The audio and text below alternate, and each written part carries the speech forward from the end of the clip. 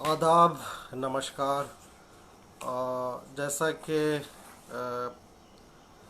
आप सब जानते हैं, आज का जो टॉपिक है वो ख़ान अब्दुल गफ़ार ख़ान साहब के हवाले से है।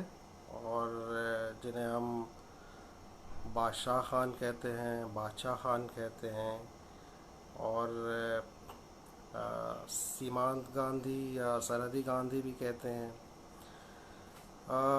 ख़ान साहब की ज़िंदगी जो है वो अगर हम ये देखें तो एक तरह से 20वीं सदी की जो इंडियन सब कॉन्टिनेंट की जो पूरी तारीख़ है, अ, वो चाहे वो आज़ादी की लड़ाई हो या आज़ादी के बाद का जो पूरा स्ट्रगल है, वो उसकी एक पूरी तारीख़ अगर किसी एक शख्सियत में हम अगर देखना चाहें, या एक शख्सियत जो है जिसको हम एक ज़िंदा तारीख़ कहें इस पूरे जद्दोजहद का, पूरी एक सदी का, तो वो ख़ान साहब हैं, ख़ान अब्दुल गफ़ार ख़ान। और उनकी शख्सियत कई लिहाज से बड़ी अजीम है। हमारी इस तारीख़ में बड़ी बड़ी शख्सियात पैदा हुई, हम सब जानते हैं, जिन्होंने आज़ादी के लिए अपनी जानों की आहुतियाँ दी, शहादत को पा गए और पूरी पूरी ज़िंदगियाँ लगा दी, जेलों में गए, तमाम चीज़ें हुई। लेकिन उस पूरी जद्दोजहद के बाद जब आज़ादी का वक्त आया और अंग्रेज़ों को ये लगने लगा कि अब जो है हमें हिंदुस्तान को छोड़ के जाना है, तो उन्होंने साजिशें भी की। और उन साजिशों का शिकार हम जानते हैं, ये एक तल्ख़ हकीकत भी है कि बहुत सारे लोग हुए और जिसके नतीजे में तक़सीम हुआ, पार्टीशन हुआ। और एक तरह से जो जहर अंग्रेज़ों ने घोलना चाहा था उसमें वो बहुत हद तक कामयाब हुई। लेकिन उस कमज़ोर तारीख़ के उस कमज़ोर मोड़ पे, जिसको हम आज़ादी और उसके साथ साथ तक़सीम, विभाजन और पार्टीशन को जब देखते हैं, तो वहाँ सिर्फ़ एक शख्सियत उभर के आती है। और जो ये देखने में आता है कि उन्होंने किसी भी तरह से एक तरह से कंप्रोमाइज़ जो करने के लिए तैयार ना हुए, वो ख़ान अब्दुल गफ़ार ख़ान साहब थे। मैं शुरू में एक थोड़ी सी उनकी ज़िंदगी के बारे में एक ब्रीफ दूंगा और उसके बाद जो उनकी विरासत है, असल चीज़ जो एक सियासतदान की हैसियत से, ये एक मुजाहिद आज़ादी स्वतंत्रता सेनानी की हैसियत से, और उससे बढ़कर एक समाज सुधारक और समाज के सेवक के तौर पे जो उनकी खिदमात हैं, उसके बारे में मैं गुफ्तगू करूँगा। उनकी इब्तदाई ज़िंदगी के बारे में वही तफसीलात हमें मिलती हैं जो उन्होंने अपनी जो ऑटोबायोग्राफ़ी है, जो आत्मकथा है, आप बीती है, उसमें लिखी है, जिसका पश्तो नाम जो है ज़मा ज़वन ज़मा जद्दोजहद, जिसको हम मेरा जीवन मेरा संघर्ष कह सकते हैं, मेरी ज़िंदगी और मेरा जद्दोजहद कह सकते हैं, उसमें उन्होंने दिया है। उनकी जो साल पैदाइश है उसके बारे में यकीन के साथ कुछ कहा नहीं जा सकता, ख़ुद उन्होंने भी कोई ऐसी बात नहीं कही है, लेकिन आम तौर से 1890 माना जाता है। बहुत मुमकिन है कि उससे एक आध साल पहले हुआ हो, और 6 फरवरी को मान लिया गया है 1890 को। बहरहाल उन्होंने इब्तदाई जो तालीम थी वो 10वीं तक वो एक स्कूल में पूरी की, जो मिशनरी स्कूल था, एडवर्ड मिशन स्कूल। और जो पेशावर के पास था, खुद वो पेशावर के पास एक गांव है छोटा सा, अ, अ, उसका आत्मांजू, वहीं पे उनकी पैदाइश हुई थी। और उसके बाद वो खुद अपने बड़े भाई अब्दुल जब्बार ख़ान, जिनको डॉक्टर ख़ान कहा जाता है, और आप जो लोग दिल्ली के हैं उनको जानते होंगे, ख़ान मार्केट उनके बड़े भाई के नाम से है, जो खुद बड़े फ्रीडम फाइटर थे। और चूँकि इनकी जो मदर थी वो नहीं चाहती थी कि एक बेटा चला गया है बाहर इंग्लैंड पढ़ाई करने, तो दूसरे बेटे को उन्होंने इजाज़त नहीं दी। तो ये फिर घर ही पे रहे। और उसके बाद ये उस ज़माने में बहुत सारे सफ़र किए आसपास के इलाक़ों में, और गौर करना शुरू किया। फिर उसी ज़माने में मौलाना आज़ाद का जो अखबार आता था, अल हिलाल और अल बलाग, उसको इन्होंने पढ़ना शुरू किया। तो उसमें इनको बड़ी उसमें जो तहरीरें थीं, ज़ाहिर है वो आज़ादी की लड़ाई के हवाले से उसमें जो तहरीरें आती थीं, तो उससे बड़े मुतासिर हुए और कई लोगों से मिले। फिर 1910 के पास इन्होंने सोचा कि, जबकि एक नौजवान थे, इन्होंने बड़ी गौर व फिक्र करने के बाद कौमी आज़ाद स्कूलों का एक तस्वुर पेश किया। और उस पूरे इलाके में जो नॉर्थ वेस्टर्न फ्रंटियर आज कहलाता है, जो पाकिस्तान में है, पख्तूनख्वा, उस इलाके में तकरीबन 500 गाँवों में जा जा के लोगों से मिले। और उन्होंने एक तरह से जो ज़मीनी हकीकत का एक तरह से सर्वे करना शुरू किया कि क्या उनकी हालत है, लोगों की जहनीत क्या है, लोग सोचते क्या हैं, इस हवाले से। और फिर जो उन्होंने पाया वो ये कि जो सबसे बड़ा मसला है वो तालीम का मसला है। मैं इस पे बाद में तफसील से आऊँगा और बात करूँगा। उसी तरह से 1921 में उन्होंने अंजुमन इस्लाह की, इस्लाहुल अफ़ाक़िना की जो है, या अफ़गानान की बुनियाद डाली और उस पर बड़ा काम किया। फिर बाद में वो जो मुल्की सियासत है उससे भी जुड़े, गांधी जी के से मुतासिर हुए, उनसे जुड़े और उनके साथ दिया। तो ये एक चीज़ रही। दूसरी जो चीज़ है वो, जैसा कि मैंने शुरू में कहा, कि ख़ान साहब की शख्सियत पूरी इस तारीख़ में शायद बेनज़ीर है कि जिन्होंने कभी भी अपने उसूलों से जो है वो कभी समझौता नहीं किया। और इस बिना पे उनको बड़ी मुसीबतें उठानी पड़ी और बड़ी परेशानियों से वो गुज़रे। ये एक चीज़ थी जो बड़ी ज़बरदस्त उनके यहाँ हम देखते हैं। और उसके साथ आप ये देखें कि अब मैं दूसरी जो बात करना चाहूँगा वो है बेसिकली जो उनका पूरा समाज के हवाले से, जो उनकी पूरा मूवमेंट जो चलाया उन्होंने, जो तहरीकात चलाई, वो है। और जैसा कि मैंने कहा कि उन्होंने गाँव में घूम घूम के और लोगों से बड़े पैमाने पर मिल के और ज़मीनी हालात का जायज़ा लिया।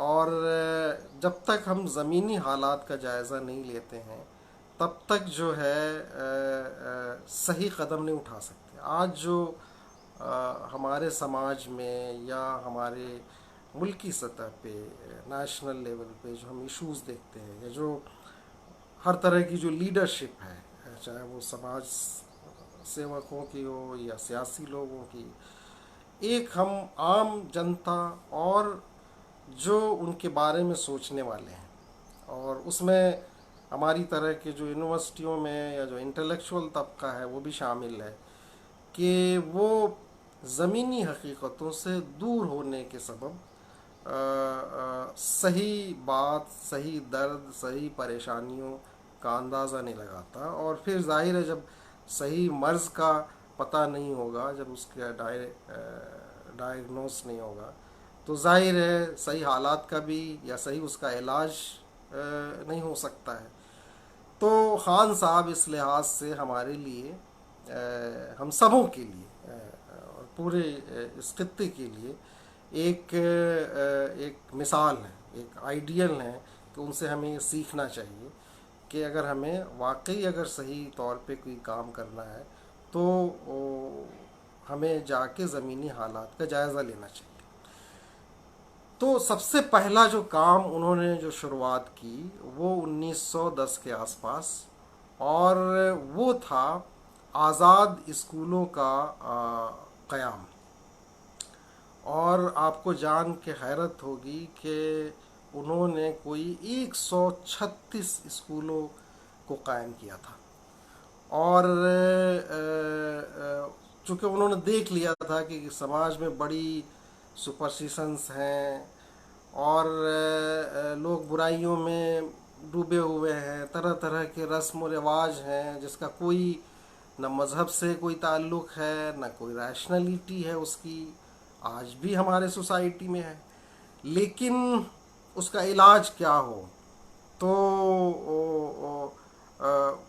और उसके लिए कौन कौन लोग ज़िम्मेदार हैं, क्या क्या फैक्टर्स हैं, तो उन्होंने पाया कि उसका असल जो फैक्टर है वो है इलिटरेसी और जहालत।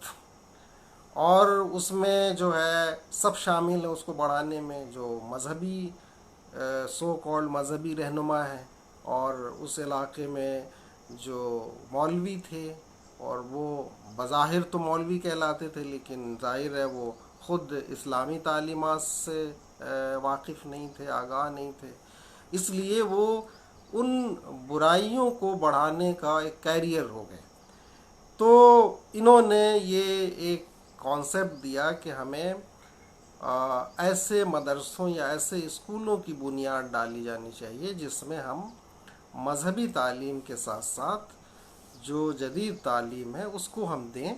और उसमें जो जैसा कि मिशनरी स्कूल हैं वहाँ पे जो डिसिप्लिन है, जहाँ पे मॉडर्न तालीम दी जाती है, उसका एक कॉन्सेप्ट उन्होंने पेश किया।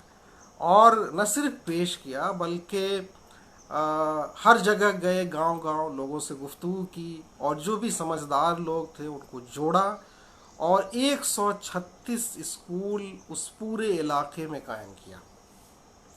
आपको जान के हैरत होगी कि हमारे जो पूर्व प्रधानमंत्री हैं थे एक मनमोहन सिंह, वो भी उन्हीं स्कूलों के पढ़े हुए थे, तो उसका असर हुआ। लेकिन उसमें उनको कायम तो कर दिया, लेकिन उनकी मुखालफत बड़ी शदीद होने लगी और उनके दो मुखालिफ पैदा हो गए।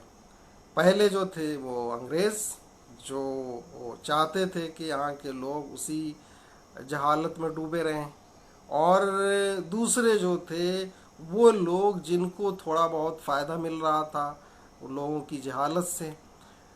मिसाल के तौर पे उन्होंने लिखा है अपनी ऑटोबायोग्राफी में कि लोग जो है मज़हब के नाम पे ठगी करते हैं, और ये हम देखते हैं आज भी हमारे समाज में है। मिसाल के तौर पे उन्होंने एक जगह लिखा है कि मुझे इन मुल्लाओं की खैरात खोरी की रस्म ऊँची लगती है, ये पराया माल एक दूसरे में बांटते हैं और खुदा और कौम को धोखा देते हैं। अब हम जानते हैं, इसमें कहने की कोई बात नहीं है कि ये मुख्तलिफ़ धर्मों में इस तरह के लोग जो है इस ये काम कर रहे हैं। उन्होंने इसकी मिसाल दी है, मिसाल के तौर पे जो चीज़ें राइज थी उस इलाके में, कि मसलन अकेले मरे हुए की खैरात नहीं, पीर साहब की 11 पीर हैं, उसके अलावा काका साहब हैं, सैयदों के, मियाँ साहब के, साहबजादों के नजराने और शुक्राने हैं। और इस किस्म की खैरात कौम की भलाई के लिए अगर खर्च किया जाता है, उनकी मुराद ये थी कि तालीम के लिए अगर खर्च किया जाता तो हमारा मुल्क भी और हमारा समाज भी दोनों की भलाई होती। अब जाहिर है जब उन्होंने ये आज़ाद स्कूलों का जो तस्वुर पेश किया तो ये दोनों ऑब्वियसली एक तरफ अंग्रेज़ कि वो जानते थे कि अगर लोग पढ़ लिख लेंगे, लोग जानकार हो जाएंगे, लोग समझदार हो जाएंगे, लोग अवेयर हो जाएंगे, तो हमारे ख़िलाफ़ खड़े हो पड़ेंगे। हम जो एक्सप्लाइटेशन कर रहे हैं, हमने उनको जो ग़ुलाम बना रखा है, तो वो ख़िलाफ़ हो जाएंगे। दूसरी तरफ ये जो लोग थे जो मज़हब के नाम पे लोगों का दोहन और शोषण कर रहे थे और लोगों को गुमराहियों में डाले हुए थे, ख़ुद उसी मज़हब, जिस मज़हब के नाम पे वो कर रहे थे, उसी मज़हब की एक तरह से की मुखालफत पे थे। लेकिन उन्होंने एक तरह से फतवे लगाने शुरू किए या लोगों को मुखालफत किया, और जो भी इनके साथी थे उनको उनके ख़िलाफ़ खड़े हो गए। और उसमें से बहुत सारे ऐसे थे जो अंग्रेज़ों के साथ जाके मिल गए क्योंकि उनके ये मफादात को नुकसान पहुंच रहा था।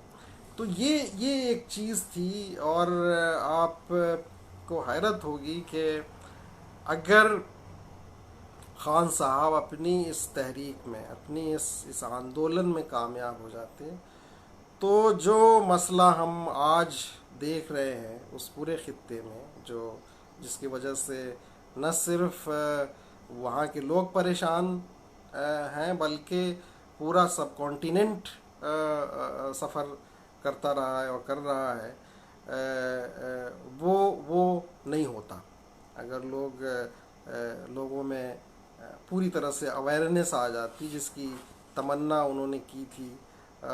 वो चीज़ें थी। उसी तरह से उन्होंने शादी ब्याह की जो रस्में थीं और रिवाज थे और जो उसमें बहुत सारी चीज़ें थी जिससे खर्चे हो रहे थे, और आज भी हैं उससे हम आज भी हमारी सोसाइटी बची नहीं है। कुछ इलाक़ों में कम है, कुछ में ज़्यादा है, और वो एक पूरी तरह से एक्सप्लाइटेशन का और तरह तरह की चीज़ों का जो खर्च बच्चों की तालीम पे हो सकता था वो लोग जहेज़ के लिए जमा करते हैं। तो इसके ख़िलाफ़ भी खान साहब ने पूरी लड़ाई लड़ी, पूरी कोशिश की। फिर उन्होंने वहाँ के अदालती निज़ाम को भी देखा। अगर आप दिल्ली में हैं तो जानते हैं कि यहीं पे ईस्टर्न कोर्ट और वेस्टर्न कोर्ट का पूरा तस्वुर था कि अगर वही गुनाह कोई अंग्रेज़ करता था तो उसके लिए अलग सज़ा और अलग क़ानून था, अगर हिंदुस्तानी करता तो उसके लिए अलग था, और अगर वो कुछ आज़ादी की बात कर रहा हो, सुधार की बात कर रहा हो, या जिससे इस्टब्लिशमेंट को नुकसान हो रहा हो तो उसके लिए अलग कानून था। तो इस निज़ाम के ख़िलाफ़ भी उन्होंने न सिर्फ आवाज़ उठाई बल्कि कोशिश की कि उसका मुकाबला किया जाए। तो ये सारी चीज़ें थी। फिर उन्होंने सिर्फ जो ये तालीमी निज़ाम का जो एक पूरा निज़ाम कायम किया था उसमें सिर्फ एजुकेशन की तरफ उनकी तवज्जो नहीं थी बल्कि जहन साजी की तरफ थी, शख्सियत साजी की तरफ थी। और आपको जान के आप जानते ही हैं कि जो उन्होंने, मैं बाद में इस पे आऊँगा कि कैसे उन्होंने वहाँ के अफ़गान पठानों की कौम को किस तरह से डिसिप्लिन किया, जो अपनी मिसाल पूरी दुनिया की तारीख़ में हुए। उसके इस समाज सुधार और अवेयरनेस के लिए स्कूलों के क़याम के साथ साथ और अपने साथियों के साथ घूम घूम के लोगों में बुराइयों के ख़िलाफ़ खड़े होने की जो कोशिश थी, तकरीरें करते थे, हर गांव में जाके लोगों को जमा करते और कहते कि ये बुराई है, इससे आप बचें, और अपने साथियों को लेके जाते, उनसे तकरीरें कराते। तो उसके साथ साथ जो है जो अंग्रेज़ों का जो कुछ साजिशें थीं उसके ख़िलाफ़, और उसको भी वो उससे भी लोगों को आगाह कर रहे थे। ये इसके लिए एक कोशिश उन्होंने एक तंजीम बनाई शुरू में, एक संगठन बनाया जिसका नाम उन्होंने इस्लाहुल अफागना रखा। इस्लाह कहते हैं सुधार को, अफागना अफ़गान से है, यानी अफ़गानों के सुधार का एक संगठन कायम किया। और उससे लोग जुड़ते गए। और इसके साथ साथ उन्होंने एक रिसाला भी, एक पर्चा महाना जो है शुरू किया। और उनकी एक सोच ये थी कि तालीम जो होनी चाहिए वो लोगों की मादरी ज़बान में हो, और वहाँ के लोगों की मादरी ज़बान पश्तो थी। तो उन्होंने पख्तून या पश्तून नाम का एक रिसाला जारी किया जिसमें वो इन्हीं इश्यूज़ को और इन्हीं कंसर्न्स को के बारे में लिखते थे, और लोगों की तवज्जो जो है सुधार की तरफ, तालीम की तरफ और रैशनलिटी की तरफ लाने के लिए उसमें मज़ामीन छपते थे और उसकी तरफ वो करते थे। आप ये देखें कि ये जो ज़बान का मसला उन्होंने उठाया था कि लोगों की अपनी और एजुकेशन के हवाले से, ये आज भी हमने देखा। और बाद में भी ख़ुद जब पार्टीशन हो गया और पाकिस्तान बन गया, तो शुरुआत में आप देखें कि वहाँ पे कॉन्स्टिट्यूशन जो है शुरू के मेरे ख़्याल से 25 साल तक नहीं बन सका। और उसकी एक वजह यही थी कि कुछ लोग थे जो वहाँ की रीजनल आइडेंटिटीज़ थी उसको वो मानने के लिए तैयार नहीं थे। जैसा कि हमारे यहाँ हो गया कि लिंग्विस्टिक बुनियादों पे सूबे बने, और जो भी लोगों की ये आइडेंटिटीज़ थी उसको माना गया, उसको बराबरी का हिस्सा दिया गया। आज भी गालिबन 26 ज़बानें हैं जिसको सरकारी ज़बानों के तौर पे मान्यता है। लेकिन वहाँ पे ये लिंग्विस्टिक आइडेंटिटी या जो लोगों की कल्चरल आइडेंटिटीज़ होती हैं उसको न मानने के सबब बाद में जो नताइज हुए वो हम देख रहे हैं। और इसकी इसकी इसकी अहमियत की तरफ ख़ुद खान साहब ने शुरुआत में ही तवज्जो दिलाई थी। दूसरी तरफ तालीम का जो निज़ाम था और जो उनका जो फ़लसफ़ा तालीम था वो वही था जो हम कह सकते हैं हमारी एक तरह से जो नॉलेज ट्रेडिशन रहा है इंडियन सिविलाइजेशन का या हमारे मुल्क का, जो सैकड़ों हज़ारों साल से रहा है, वो ये कि हमारे यहाँ ज़बानें, हमारे यहाँ टेक्स्ट, नॉलेज को आम तौर से आइडेंटिटी से जोड़ा नहीं गया। जब अंग्रेज़ी तालीमी निज़ाम जो कायम हुआ तो उनका जो मकसद था वो था कि हम एक ऐसे तबके को खड़ा कर दें जो हमारे लिए काम करें। यानी उनके यहाँ उन्होंने जो तालीम का जो तसव्वुर पेश किया वो लोगों को विद्वान बनाना नहीं था, बल्कि एक तरह से हम अगर बड़े साफ लफ्ज़ों में कहें तो वो ये कि बाबू बनाना था। और अनफॉर्चुनेटली वो वही निज़ाम तालीम बाद में भी जारी रहा। जबकि हमारे यहाँ एजुकेशन का मतलब ये होता था कि या हम जिस किसी भी विद्वान का जब तस्वुर करते हैं तो वो मुख्तलिफ़ ज़बानों का जानने वाला था। हमारे यहाँ आपको जान के हैरत भी होगी और ख़ुशी भी होगी कि आप ये देख लें कि एक मौलवी वो संस्कृत के भी जानकार होते थे, और जैसे ख़ुद अमीर खुसरो को आप देख लें, संस्कृत के भी एक्सपर्ट हैं और पूरी इस परंपरा के एक्सपर्ट हैं। उसके साथ साथ वो अरबी, फ़ारसी और तमाम चीज़ें आप देख लें कि मुल्ला बदायूनी है, बहुत बड़े मौलवी हैं, लेकिन उन्होंने रामायण और महाभारत का संस्कृत से फ़ारसी में ट्रांसलेशन किया। इसका क्या मतलब? इसका मतलब ये है कि हमारी जो तालीमी जो फ़लसफ़ा रहा है या हमारा जो तसव्वुर रहा है वो नॉलेज और ज़बानों को किसी आइडेंटिटी, किसी मज़हब, किसी जाति या किसी इलाके से जोड़ को देखने का नहीं रहा। आप देख लें कि चंद्रभान ब्राह्मण है, वो भी उसी तरह से मुल्ला बदायूनी की तरह से सनातनी है, मजहबी आदमी है, लेकिन वो अरबी फ़ारसी कुरान के एक्सपर्ट हैं और उनकी किताबें जो है मदरसों में पढ़ाई जा रही हैं। तो ये आप जो मॉडर्न, जो हमारे जो आज़ादी की ज़माने में जो बहुत सारे हमारी शख्सियात हैं, आप इकबाल को देख लीजिए, वो संस्कृत के माहिर हैं, वो फ़ारसी अरबी तो जानते ही हैं, वेस्ट के पढ़े हुए हैं।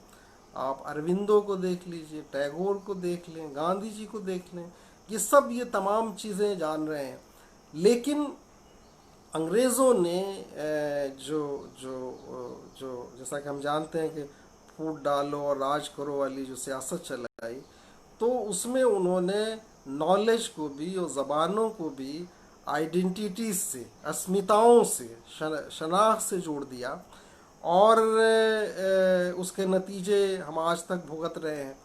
तो खान साहब ने इस तरफ भी तवज्जो दी थी, और उन्होंने कहा कि एक तो ये कि मादरी ज़बान में तालीम हो, दूसरे ये कि तमाम मॉडर्न जो तालीमी निज़ाम है उसको भी लोग जानें, उसको सीखें, और ये इस तरफ तवज्जो थी। दूसरी एक चीज़ जो उन्होंने अपनी ऑटोबायोग्राफी में भी जिसका ज़िक्र किया है और एक मसले की तरफ तवज्जो दिलाई है, और जो हम आज भी देखते हैं, वो है ख़ास तौर से मुस्लिम समाज में जो लीडरशिप है उसके बारे में उन्होंने बात की है। और ये कहा है कि आम तौर से जो मुस्लिम लीडरशिप है वो एक तरह से एलिटिस्ट है, यानी आम लोगों से जुड़ के उनके मसले, गरीबों, गांव में रहने वालों, या जो जो गरीब तबके के लोग हैं, उनके मसले की तरफ नहीं जाते, बल्कि उनका बड़ा जो पूरा पॉस्चरिंग है, जो उनका पूरा वो है, वो बड़ा एलिटिस्ट किस्म का है। वो लोकल मसलों को की तरफ ध्यान नहीं देते, और यही वजह रही कि आप देख लें कि खुद आज़ादी की लड़ाई या पार्टीशन के ज़माने में जो फ़ैसले हुए, तो उसमें जो खाकसार तहरीक थी या खान साहब की तहरीक थी, जो आम आवाम से जुड़ी हुई थी, और आम आवाम आमतौर से सारे जो है पार्टीशन के ख़िलाफ़ थे, उनकी बात को की तरफ ज़्यादा तवज्जो नहीं हुई। और जो मुस्लिम लीग थी, जो एक तरह से एलिटिस्ट पार्टी थी, उसका ज़ोर ज़्यादा चल गया।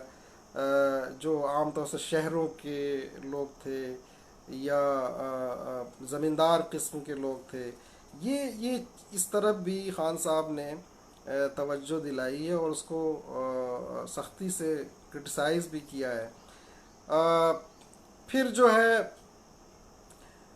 उनको बड़ा दुख था कि जो नॉर्थ वेस्टर्न फ्रंटियर, ख़ास तौर से पठानों और पख्तूनों के बारे में जो गलतफहमियाँ फैलाई गई थीं, उसको वो दूर करना चाहते थे, और इसीलिए कई लीडरों को, जिसमें खुद गांधी जी थे, नेहरू थे, उनको ले जाके उस इलाके में उन्होंने दौरे करवाए और घुमाया, और उन्होंने कहा कि ये लोग बहादुर ज़रूर हैं और लड़ाकू भी हैं, लेकिन ये सीधे हैं, सिंपल लोग हैं, और अगर इनको आप सही बात बताएंगे तो ये आपके साथ और सच्चाई के साथ खड़े रहेंगे।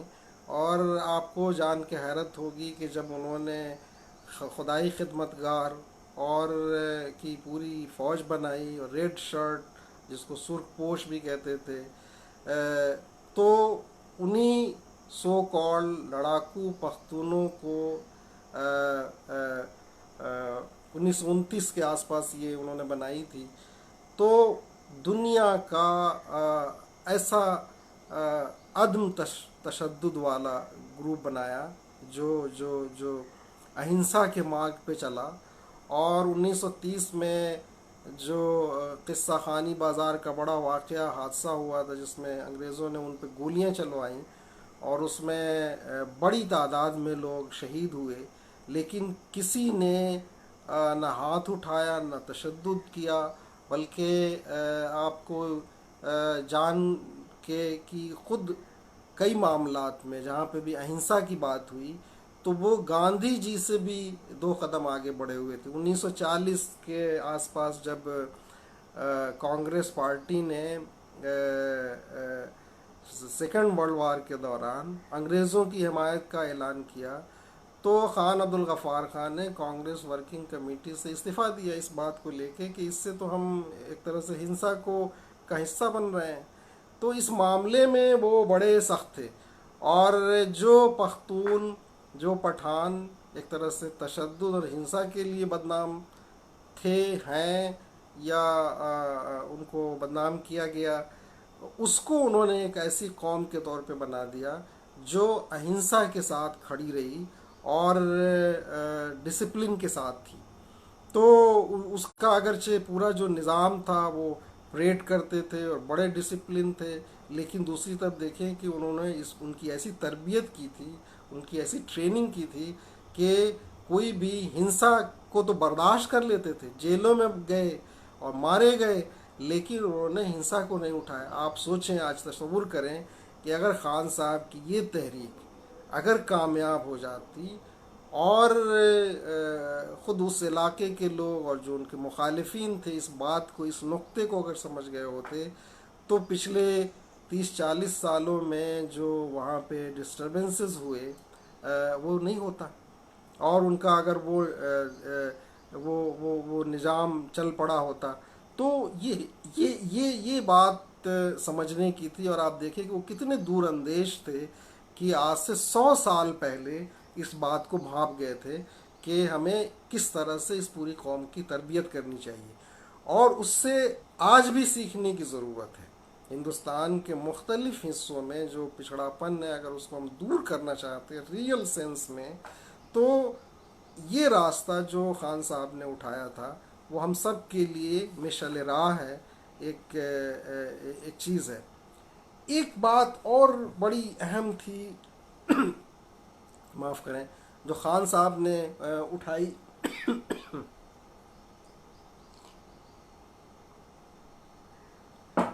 और वो थी इंटरफेथ डिबेट। और जैसा कि मैंने अर्ज़ किया कि ये हमारी रवायत रही है, इंटरफेथ इंगेजमेंट, यानी एक दूसरे की परंपराओं को, धर्मों को, उनकी किताबों को पढ़ना। ये हर पढ़े लिखे से उम्मीद की जाती थी कि अगर कोई पंडित है तो वो फ़ारसी भी जानता होगा और कुरान को भी जानता होगा। उसी तरह से अगर कोई मौलवी है या मुसलमान पढ़ा लिखा है तो वो गीता और उपनिषद और बाइबिल उसका भी जानकार होगा। और ये हमारे पढ़े लिखे की यही रवायात थी और ऐसे ही थे। लेकिन अंग्रेज़ों के आने के बाद अंग्रेज़ों ने इस चीज़ को समझा और उन्होंने तोड़ना शुरू किया। उसमें ख़ुद जो ओरिएंटलिस्ट स्कॉलर्स थे उनका भी बड़ा रोल रहा।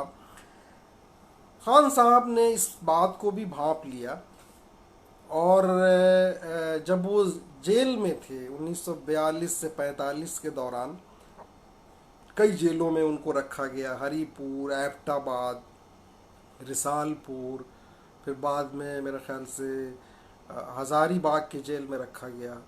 तो वहाँ पे कई लोग थे और मुख्तलिफ़ धर्मों के लोग वहाँ पे जेलों में उनके साथ थे।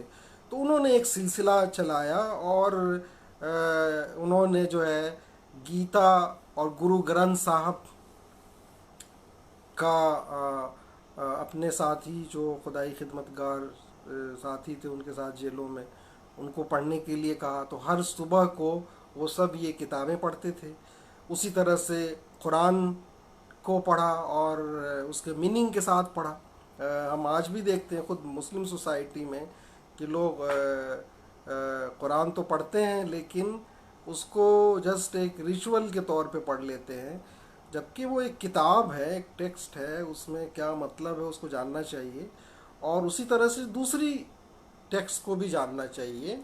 हम अगर रैशनली भी देखें तो हम 1000 किताबें पढ़ते हैं, 1000 नावल पढ़ते हैं, 1000 मैगज़ीन पढ़ते हैं, तो हम क्या गीता नहीं पढ़ सकते, क्या हम उपनिषद नहीं पढ़ सकते, क्या हम कुरान नहीं पढ़ सकते, बाइबिल नहीं पढ़ सकते, ताकि हम जाने तो सही। अगर हम उन धर्मों को नहीं मानते हैं, हम उन किताबों को नहीं मानते हैं, चलिए, लेकिन इतना तो हम मानेंगे कि ये किताबें हैं, ये टेक्स्ट हैं। तो ये बात खान साहब ने जो इस पे जोर डाला और उसको अमली तौर पे उसको अंजाम दिया। तो ये चीज़ ये आज भी उसकी इतनी रिलेवेंट है। हमें अपनी सोसाइटी में लोगों को इसके लिए आमादा करना चाहिए कि हम एक दूसरे को, धर्मों को, सोसाइटी को और उनके परंपराओं की जो हकीकत है उसको हम जानें। तभी जो है, जो बहुत सारी गलत फहमियाँ होती हैं, बहुत सारी, और उसकी बुनियाद पर नफ़रतें समाज में फैलती हैं, उससे हम उबर पाएंगे और सही तौर पे समझ पाएंगे। आप देखें कि ये जितने लोग थे, चाहे खान साहब थे, गांधी जी थे, विनोबा भावे थे, जमीयत उलमा के उलमा थे, मौलाना आज़ाद थे, ये सारे लोग बड़े रिलीजियस लोग हैं, सब अपने अपने धर्म के बड़े मानने वाले लोग हैं। और उसके साथ साथ वो दूसरे धर्मों के जानकार हैं। आपको हैरत होगी कि विनोबा भावे के यहाँ जब ये लोग जाकर ठहरे हैं, मौलाना आज़ाद और ख़ान साहब, तो उनको देख के हैरत हुई कि विनोबा भावे तो कुरान के माहिर हैं, और वो कुरान की क़िरात ऐसे करते हैं जैसे मिस्र के कारी को इस्लामी दुनिया में बड़ा अहम माना जाता है कि वो बड़े खूबसूरत अंदाज से क़िरात करते हैं, और उस अंदाज में पढ़ते थे विनोबा भावे जी। और हम सब जानते हैं कि कितने बड़े सनातनी थे और कितने बड़े धार्मिक आदमी थे। तो ये चीज़ हमारे समाज की उदारता रही है हिस्टोरिकली, और हज़ारों सैकड़ों सालों से ये परंपरा रही है। लेकिन बीच में ये जो टूट फूट हुआ है उसको हमें समझने की ज़रूरत है, और उसको समझने में हमें खान साहब की जो फ़लसफ़ा है और खान साहब की जो तहरीरें और नज़रियात है और जो उन्होंने प्रैक्टिकली करके दिखाया, उसको अपनाने की ज़रूरत है। और इस तरह से उन्होंने एक जंगजू कौम को, पठानों के जंगजू कौम को जो है, आप जानते हैं कि खुदाई खिदमतगार के तौर पे और एक डिसिप्लिन अहिंसावादी कौम के तौर पे उन्होंने तरबियत दे दी, जो बहुत बड़ा काम था। और इसीलिए उनका कई बार दुनिया भर में उनकी तारीफ़ हुई। नोबेल प्राइज़ के लिए भी उनके नाम को इसी वजह से वो किया गया। और इन्हीं फेलियर की वजह से, इसको न समझने की फेलियर की वजह से तकसीम हुआ या विभाजन हुआ। विभाजन के बारे में बावजूद इसके कि बहुत सारे कांग्रेस के उनके साथी जो उनके बड़े करीबी दोस्त थे, लेकिन उन्होंने बड़े ही कैंडिडली, बड़ी साफगोई से ये बात कहा कि बावजूद इसके कि इन सब से हमें बड़ा लगाव है, मोहब्बत है, लेकिन ये कहीं न कहीं अंग्रेज़ों की इस साजिश को मान गए और उसका शिकार हो गए। तो उस पर भी उन्होंने बड़ी उससे बात की है। और इसी वजह से जब वो बाद में पार्टीशन हो गया और मजबूर हो गए कि फिर वहाँ चले गए, तो जब वहाँ चले गए तो वहाँ पाकिस्तान में उन्होंने जो फर्स्ट असेंबली हुई तो उसमें उन्होंने पार्टिसिपेट किया और इस बात की तरफ तवज्जो की और बताया कि भाई यहाँ की जो रीजनल आइडेंटिटीज़ है उसको आप मानें और उसके साथ ही ये देश आगे बढ़ेगा। लेकिन उनके बारे में बड़ी गलतफहमियाँ फैलाई गईं और हम जानते हैं कि उनकी ज़िंदगी कि तकरीबन 40 साल, 39 साल जो है वो जेलों में गुजरा। और पहले अंग्रेज़ों ने डाला, फिर बाद में जो पाकिस्तानी लीडरशिप थी उन्होंने उनको जेलों में रखा। और यहाँ तक कि मेरे ख़्याल से यूएन में ये बात आई थी कि वो प्रिजनर ऑफ कंसेंस हैं, अपने ज़मीर के कैदी हैं, यानी अपने ज़मीर के साथ वो कभी समझौता नहीं करते और इस बुनियाद पे उन्हें, तो ये बात रही। और इस तरह से हम देखते हैं कि ख़ान साहब की शख्सियत, उनका फ़लसफ़ा, उनकी कोशिशें, ये न सिर्फ ये कि जानने के लिए है, बल्कि आज के समाज के लिए, आज के नेताओं के लिए, आज के इंटेलेक्चुअल्स के लिए भी एक मिसाल राह है। और हमें उनकी तहरीरों को, उनकी ज़िंदगी की तरफ देखने की ज़रूरत है और उस पर अमल करने की ज़रूरत है।